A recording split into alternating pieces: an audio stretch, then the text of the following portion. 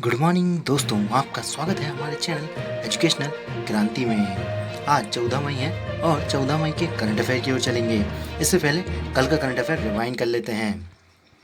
कल 13 मई थी और 13 मई का पहला क्वेश्चन, एफआईआर आपके द्वार नाम की एक योजना चलाई गई थी जो कि किस राज्य द्वारा चलाई गई? यह चलाई गई मध्य प्रदेश सरकार द्वारा और इसको अभी पायलट प्रोजेक्ट के रूप में चलाया गया है और मात्र 23 पुलिस स्टेशनों पर अभी चलाया जाएगा। इसमें आधे ग्रामीण और आधे शहरी होंगे। अंतर्राष्ट्रीय नर्स दिवस यह कब मनाया गया? यह मनाया गया 12 मई को। आपने यदि कल का करंट अफेयर नहीं देखा है तो आप देख लीजिएगा, आपको आई बटन पर दे दिया जाएगा। किस देश ने रविन्द्रनाथ टैगोर की 159वीं वर्षगांठ पर तेल अवीन, ये वहाँ की जगह का नाम है, यहाँ की सड़क का नाम बदलकर टैगोर स्ट्रीट कर दिया है और यह किया है इजराइल के द्वारा। राजा रंगप्पा नाइक यह कौन थे जिनका हाल ही में निधन हो गया? और यह एक राजनेता थे और पूर्व में लोकसभा सांसद भी रहे हैं। नवीनीकरण ऊर्जा मंत्रालय के नए सचिव बनाए गए और यह बनाई गई इंदु शर्मा चतुर्वेदी जी को। ओडिशा विश्वविद्यालय हेल्पलाइन सेवा भरोसा किसके द्वारा लॉन्च की गई? और यह लॉन्च की गई रमेश पोखरियाल निशंक जी द्वारा, जो कि छात्रों की मानसिकता को समझने के लिए लॉन्च की गई है। हाल ही में किस पैरा एथलीट ने संन्यास ले लिया? और यह संन्यास ले लिया दीपा मलिक जी ने, जो कि पैरालंपिक समिति की अध्यक्ष बनने वाली हैं, इसलिए इन्होंने संन्यास ले लिया है, क्योंकि खिलाड़ी रहते हुए व्यक्ति अध्यक्ष पद पर नहीं रह सकता। भारत और मध्य एशिया का सर्वश्रेष्ठ हवाई अड्डे का खिताब किसने जीता है? और यह जीता है बेंगलुरु हवाई अड्डे द्वारा। हाल ही में किसके द्वारा स्वस्थ वायु नाम से नॉन इन्वेसिव वेंटिलेटर विकसित किया गया है और यह विकसित किया है CSIR NAL द्वारा। हाल ही में फेड हार्ट कप किसने जीता? और यह जीता सानिया मिर्जा ने। हाल ही में हमने बताया भी था, इन्होंने नामांकन किया था इसके लिए और इन्होंने ये जीत लिया और ये जीतने वाली पहली भारतीय महिला बन गई हैं। महिला ही नहीं, पहली भारतीय भी बन गई हैं और इसका जवाब हमें सबसे पहले दिया आर्य जी ने। इन्हें बहुत बहुत बधाई और शुभकामनाएं। हमारे साथ नियमित बने रहें। उम्मीद है आप हमसे बहुत कुछ सीख रहे होंगे जो कि एग्जाम में काम आएगा। आज के क्वेश्चन की ओर चलें तो आज का पहला क्वेश्चन, फीफा अंडर 17 महिला विश्व कप 2020 को स्थगित कर दिया गया है और अभी ये जो 2021 में होगा तो यह कहाँ होने वाला था? यह होने वाला था भारत में। यह भारत में होने वाला था और इसके बारे में बताएं तो अब इसको जो है 2021 में पहुंचा दिया गया है। इसका आयोजन जो है भारत में अहमदाबाद, भुवनेश्वर, गुवाहाटी, कोलकाता और नवी मुंबई में होगा। फीफा की बात हुई है, फीफा के बारे में बताएं आपको तो जो है फीफा की स्थापना हुई 1994 में। इसका मुख्यालय है ज्यूरिख के स्विट्जरलैंड में और भारत जो है मेजबानी के रूप, जो भी देश मेजबानी करता है वो क्वालिफाई कर लेता है, तो भारत भी इस कप में जो है क्वालिफाई ऑटोमेटिक कर लेगा। और साथ ही जो है अंडर 20 भी महिला विश्व कप होने वाला है। इसकी मेजबानी कौन करेगा? इसकी मेजबानी करेंगे ये दो देश, पनामा और कोस्टा रिका। फीफा के हेड के बारे में यदि आपको बताएं तो गियानी इन्फेंटिनो। अब चलते हैं आगे अगले क्वेश्चन की ओर। आपको कुछ और भी बता दें, हाल ही में जो है फीवा अलग है और फीफा अलग है। यह बास्केटबॉल से संबंधित है। इसका भी जो है विश्व कप होने वाला है।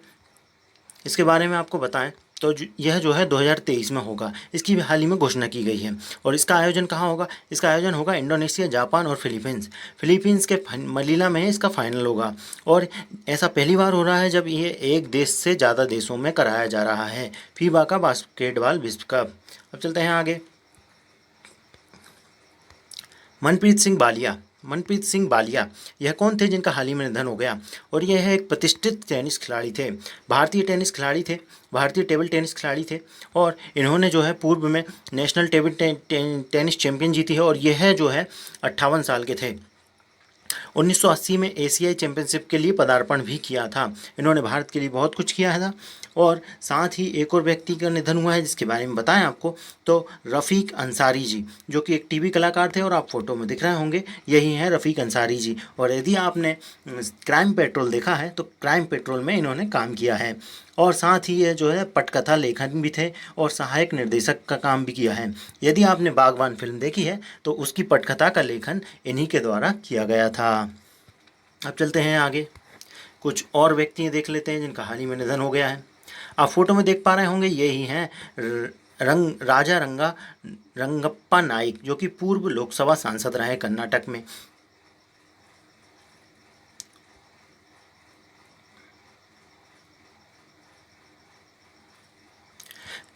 आप देख पा रहे होंगे राजा रंगप्पा नाइक, जो कि पूर्व लोकसभा कर्नाटक सांसद रहे। जे.आर. रत्नाकर राव, कर्नाटक कांग्रेस नेता आंध्र प्रदेश। दलित एलिजमलाई, पूर्व राजनेता रहे, केंद्रीय मंत्री। और के.एस. निसार अहमद, यह एक कवि रहे। अजय कुमार त्रिपाठी जी, जो कि पहले व्यक्ति बने कोविड-19 से निधन के वाले। लिटिल रिचर्ड कौन थे? इनका हाल ही में निधन हो गया है और यह एक जो है सिंगर थे। इनके बारे में यदि आपको बताएं तो यह जो है रॉक एंड रोल के जनक माने जाते हैं। हाल ही में एक और गायिका का निधन हुआ है, इनका नाम है बेटी राइट। यह एक गायिका थी जो कि बहुत अच्छी गायिका थी। और साथ ही में एक और व्यक्ति का निधन हुआ है, एक अमेरिकी कॉमेडियन जेरी स्टीलेटर। इन्होंने जो है 1997 में एमी अवार्ड के लिए नॉमिनेट भी हुए थे। अब चलते हैं आगे। ऑनलाइन नेशन का संस्करण किसने जीता है? और ऑनलाइन नेशन संस्करण का अवार्ड जो है, यह चैंपियनशिप जो है यह जीती है चीन ने। यह एक शतरंज चैंपियनशिप थी जो कि ऑनलाइन कराई गई थी, क्योंकि कोविड-19 चल रहा है। तो कोविड-19 के कारण जो है कोई भी चीज़ जो है वैसे नहीं करा पा रहे हैं साथ में, इसलिए ऑनलाइन कराई गई। और यह ऑनलाइन शतरंज चैंपियनशिप जो है 6 टीमों ने भाग लिया। इन 6 टीमों में 5वें स्थान पर रहा भारत और 6ठे स्थान पर रहा शेष भारत। पहले स्थान पर कौन रहा? पहले स्थान पर रहा चीन, दूसरे पर रहा अमेरिका, तीसरे पर रहा यूरोप और चौथे पर रहा रूस और 5वें पे तो भारत रहा ही है। अब चलते हैं आगे। इंटरनेशनल साइकिलिंग यूनियन ने किस फ्रेंच साइकिलिस्ट पर 4 साल के लिए प्रतिबंध लगा दिया गया है? और यह प्रतिबंध लगाया है रेमी डे ग्रेगोरियो जी पर। और इनके ऊपर प्रतिबंध लगाया गया है। इन्होंने जो है प्रतिबंधित दवाओं का सेवन किया था, इसके कारण इनका डोपिंग टेस्ट जो है पॉजिटिव आ गया था। हाल ही में जो है नाडा के पैनल में जो है भारत की जो नाडा है, इसमें पैनल में जो है भारतीय मुक्केबाज अनिल कुमार जी को दोबारा चुन लिया गया है। इन्होंने जो है पहले भी 2017 से 2019 तक इस नाडा में रहे हैं। और भी आपको बता दें तो यूसुफ होमस जी हैं, यह जो है मिस्र के हैं और टेनिस स्टार हैं। इन पर जो है प्रतिबंध लगाया गया है हाल ही में। सफ़ीकुल्लाह सफ़ाक, ये भी जो है अफगानिस्तान क्रिकेटर हैं और इन पर 6 साल का प्रतिबंध लगाया गया है भ्रष्टाचार के कारण। उमर अकमल जी, इनके ऊपर भी भ्रष्टाचार के कारण प्रतिबंध लगाया गया है। आगे चलते हैं। सोरई खोबर पेंटिंग, यह जीआई टैग दिया गया है, किसको दिया गया है? इसके लिए सोबर खोबर पेंटिंग के लिए, और यह दिया गया है झारखंड को दिया गया है इस पेंटिंग के लिए। इस पेंटिंग के बारे में आपको बताएं तो यह पेंटिंग जो है हस्तकला द्वारा बनाई जाती है। यह पेंटिंग जो है पारंपरिक अनुष्ठान भित्ति है और मिट्टी का उपयोग करके बनाई जाती है। इसका उपयोग अधिकतर विवाह और फसल कटाई के समय इसको बनाया जाता है। एक और जीआई टैग दिया गया, इसके बारे में यदि बताएं तो तलिया रुमाल जो है तेलंगाना को जीआई टैग दिया गया इसके लिए। इसके बारे में बताएं तो ये हथकरघा द्वारा बनाई जाती है, अर्थात यह जो टावल है ये हाथों द्वारा बनाए जाते हैं, ना कि यंत्रों या अर्थात मशीनों से। और ये लाल, काले और सफ़ेद रंगों के होते हैं। और अब ये जो है झारखंड को दिया गया, तो झारखंड के सीएम हैं हेमंत सोरेन जी और यहाँ के राज्यपाल हैं द्रौपदी मुर्मू। और तेलंगाना की बात करें तो तेलंगाना के जो है सीएम हैं चंद्रशेखर राव जी और राज्यपाल हैं तिमलई सुंदरराजन। और भी कुछ जीआई टैग दिए गए, उनके बारे में बताएं तो कश्मीरी केसर के लिए जम्मू कश्मीर को दिया गया और काले चावल के लिए दिया गया मणिपुर को, और साथ ही कादमलाई मिलाई के लिए दिया गया तमिलनाडु को, और टोटा कोटा के लिए दिया गया गोरखपुर यूपी। ये आप फोटो में देख सकते हैं, यही हैं आपकी सोहराई खोबर पेंटिंग, यही है, इस प्रकार से बनाई जाती हैं। और ये जो है यह है आपका जो तेलंगाना को जीआई टैग दिया है तलिया रुमाल, हाथों से बनाया जाता है। सीबीएसई के नए अध्यक्ष बनाए गए और ये बनाए गए मनोज आहूजा जी बनाए गए हैं। और इनके बारे में यदि आपको बताएं तो इन्होंने जो है अनीता करवाल जी की जगह ली है। अनीता करवाल थी पहले और इनकी जगह आ गए मनोज आहूजा जी। सीबीएसई का फुल फॉर्म होता है central board of central education, जो कि 1962 में इसकी स्थापना हुई। अनीता करवाल की जगह ली इन्होंने मनोज आहूजा जी ने। हाल ही में जो है नवीनीकरण ऊर्जा मंत्रालय की सचिव बनी इंदु शेखर चतुर्वेदी और संस्कृति मंत्रालय के सचिव बने आनंद कुमार। ये भी हमारे लिए महत्वपूर्ण हो जाते हैं। आगे चलते हैं। Associate chamber of commerce and industry of India द्वारा किस देश के साथ वर्चुअल कॉन्फ्रेंस का आयोजन किया गया, और यह किया गया बांग्लादेश के साथ किया गया इस आयोजन में। और इस आयोजन में जो है कारोबार को बढ़ावा देने के लिए बात कही गई थी। इस आयोजन में जो है मेघालय के सीएम कानट संगमा जी ने भाग लिया, और बांग्लादेश की जो भारत की उच्चायुक्त है कौन है, यह है ऊषा गांगुली जी, इन्होंने भी इसमें भाग लिया। और साथ ही जो है इसमें कारोबार बढ़ाने के लिए बात करी गई है।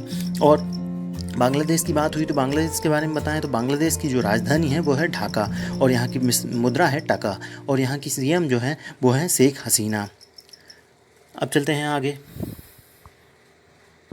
कुछ और अन्य महत्वपूर्ण बिंदुओं की बात करें तो अहमदाबाद में जो है होम डिलीवरी के लिए डिजिटल भुगतान की अनिवार्य कर दिया गया है, अर्थात आप कैशलेस ही डिजिटल भुगतान करेंगे होम डिलीवरी यदि आपके यहाँ हो रही है। यह क्यों किया गया है, यह इसलिए किया गया है कि कोविड-19 के कारण हो सकता है नोटों के द्वारा जो है कोविड-19 फैल जाए, और साथ में कुछ प्रोटोकॉल भी बनाए गए हैं जिसमें कि डिलीवरी बॉय को सैनिटाइजर और साथ में हाथ मोजे वगैरह पहनना होगा। एक और चीज़ बताएं तो हाल ही में जो है अटल पेंशन योजना निकाली थी मोदी सरकार ने, इसके 5 वर्ष पूरे हो गए हैं। और जो है एक अवार्ड दिया गया ड्यूस बेले फ्रीडम स्पीच अवार्ड, जो कि सिद्धार्थ वरदराधन जी को दिया गया, जो कि द वायर्स के संस्थापक हैं। आज का करंट अफेयर यहीं खत्म हुआ। आपको यदि अच्छा लगा है तो आप हमें चैनल को लाइक शेयर सब्सक्राइब जरूर कीजिएगा।